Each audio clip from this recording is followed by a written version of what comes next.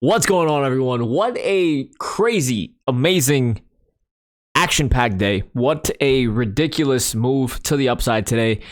If you watched my video on Sunday, I said that the QQQ would bounce on Monday. We did. That's cool.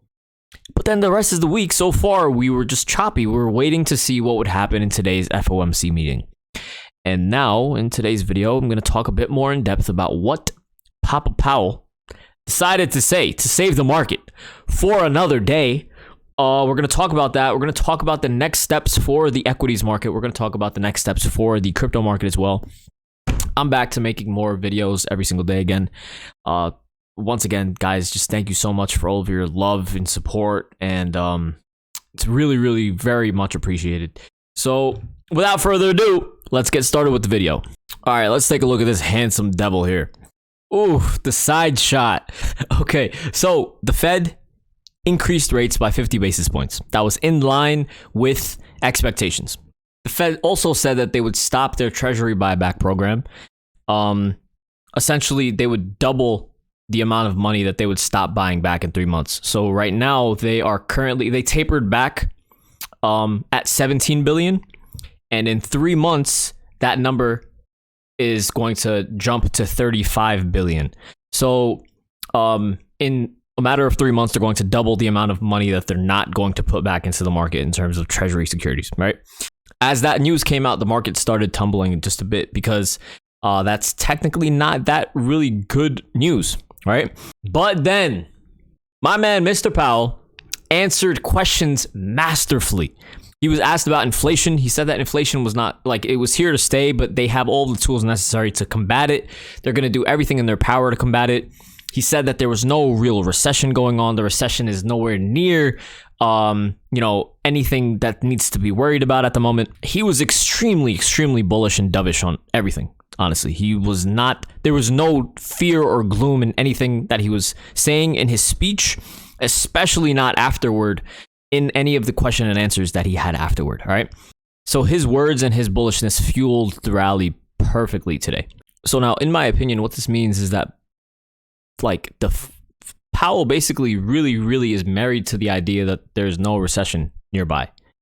If there is some sort of negative outcomes in terms of job growth and just the market in general, and the economy and everything, there is no other solution that the Fed has other than printing money.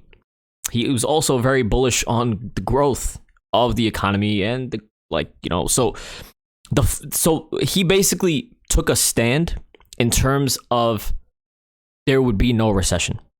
And he, by default, there's no other way to mend the solution other than printing more money. So currently, until there is some sort of a really, really big, because we're already going through supply and demand shocks. Not so much the demand shocks just yet, but we are going through the supply shocks. China is still an issue, but until there is a potential really big food shortage or something catastrophic happens to the market right now, things are going to continue going as planned. And if things continue to go as planned and still the market has some sort of an issue, then the Fed is going to have to print. So regardless, the Fed, if there is an issue, is going to have to print more money. And if the Fed is going to have to print more money, that means stocks are going to continue going up regardless.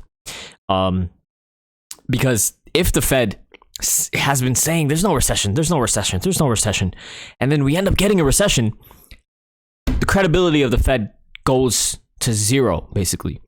They don't want their credibility to go to zero because they have a big job in terms of keeping Americans not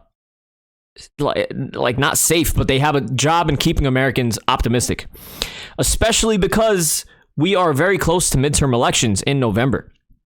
I doubt the Democrats would want to deal with two things because inflation is guaranteed. There's inflation here. But we see the Fed disregarding the fact that there's a potential recession. So that's why I believe they're going to try to keep the market up as best as possible in order for not only the Democrats to keep do well in the midterm elections, while also basically keeping the market up and not letting it go to shit, because yeah, man, there are still a lot of different things that the market has to deal with in terms of macro. We just saw last week that basically all of the large tech stocks reported bad earnings. Yet the main thing that people were worried about was this FOMC meeting. So now let's take a look at the next steps in terms of the charts for the stock market. Right now we can see a chart of the SPY. And what we can see here is obviously a huge green candle. What could end up happening tomorrow is we could, open up a little bit lower inside this zone, retest levels of support, and then continue going on higher. But currently we touched right at the top of this zone here. The zone is at 430. We would need to break above that zone.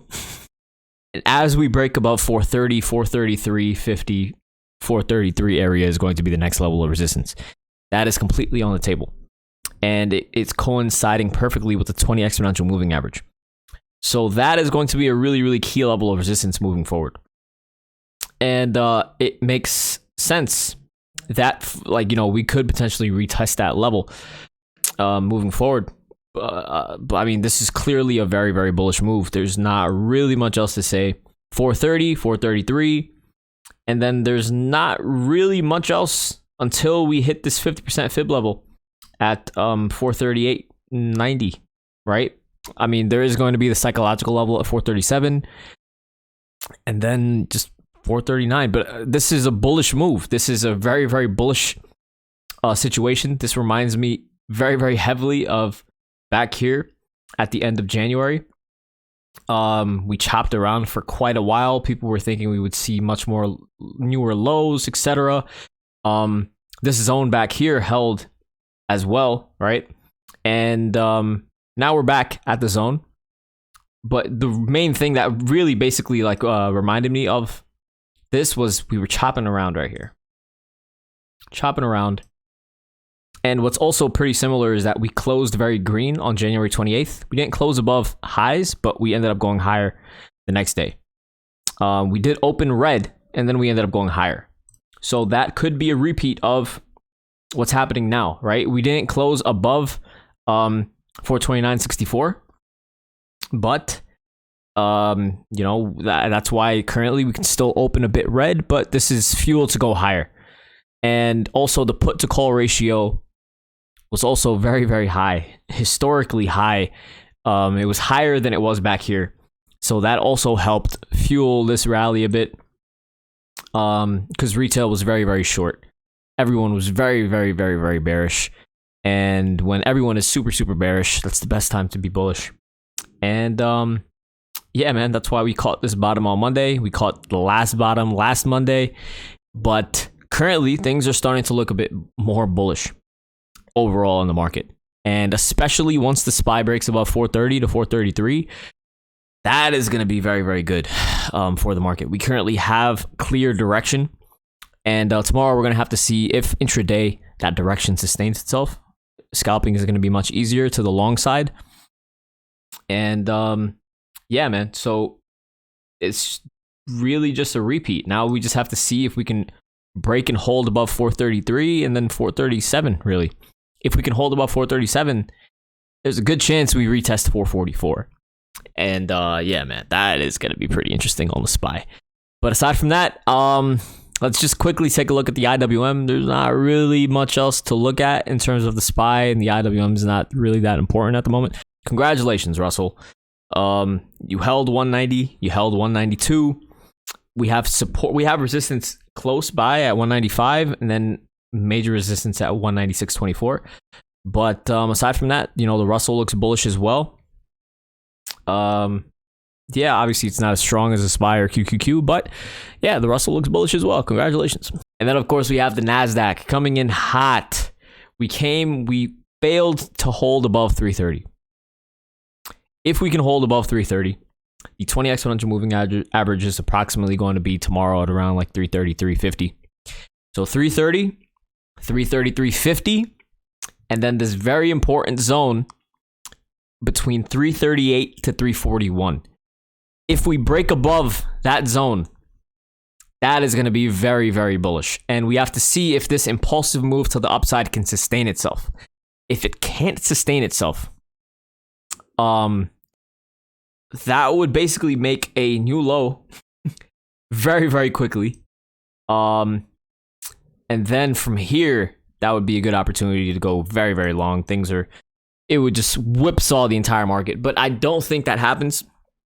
But of course, everyone is really, really bullish at the moment. But, you know, for good reason. The Fed gave very bullish news. And it looks like we can continue going on higher. So the upside targets are going to be above 330. And we can see at least 338. So really, really keep that in mind. The indicators are showing a lot of strength. The pattern is showing a lot of strength. The Fed is showing a lot of strength. There is that for the entire stock market, really. And now let's take a look at Bitcoin very quickly. I mean, it doesn't really take a rocket scientist to see that Bitcoin is showing a lot of strength as well. You can see that in terms of the MACD compared to the SPY and the the NASDAQ and the rest of the equities, right? The MACD on Bitcoin looks the most bullish because it is very, very tight. We could also see that we're closing above 39.6, which is also a very, very bullish sign for equities because Bitcoin is breaking and closing above resistance. We can also see that it's currently trading above the 20 exponential moving average as well. So overall, Bitcoin is clearly showing the most strength in terms of trading above resistance. That is a very good sign for the equities market. Overall, everything looks really, really bullish. I gave you the levels that need to break above for the SPY, the NASDAQ, the IWM. And I mean, really, there's not much else to talk about, you know? So if you guys made it this far into the video, I'm sure you did. I hope you guys enjoyed the video. Make sure to like, comment, subscribe. Thank you so much. I really, really love you guys, man. I'm really, really happy that you guys are showing me this much support, and I'm happy that I could help. All right. So yeah, man, without further ado, I'll see you guys tomorrow. Thank you.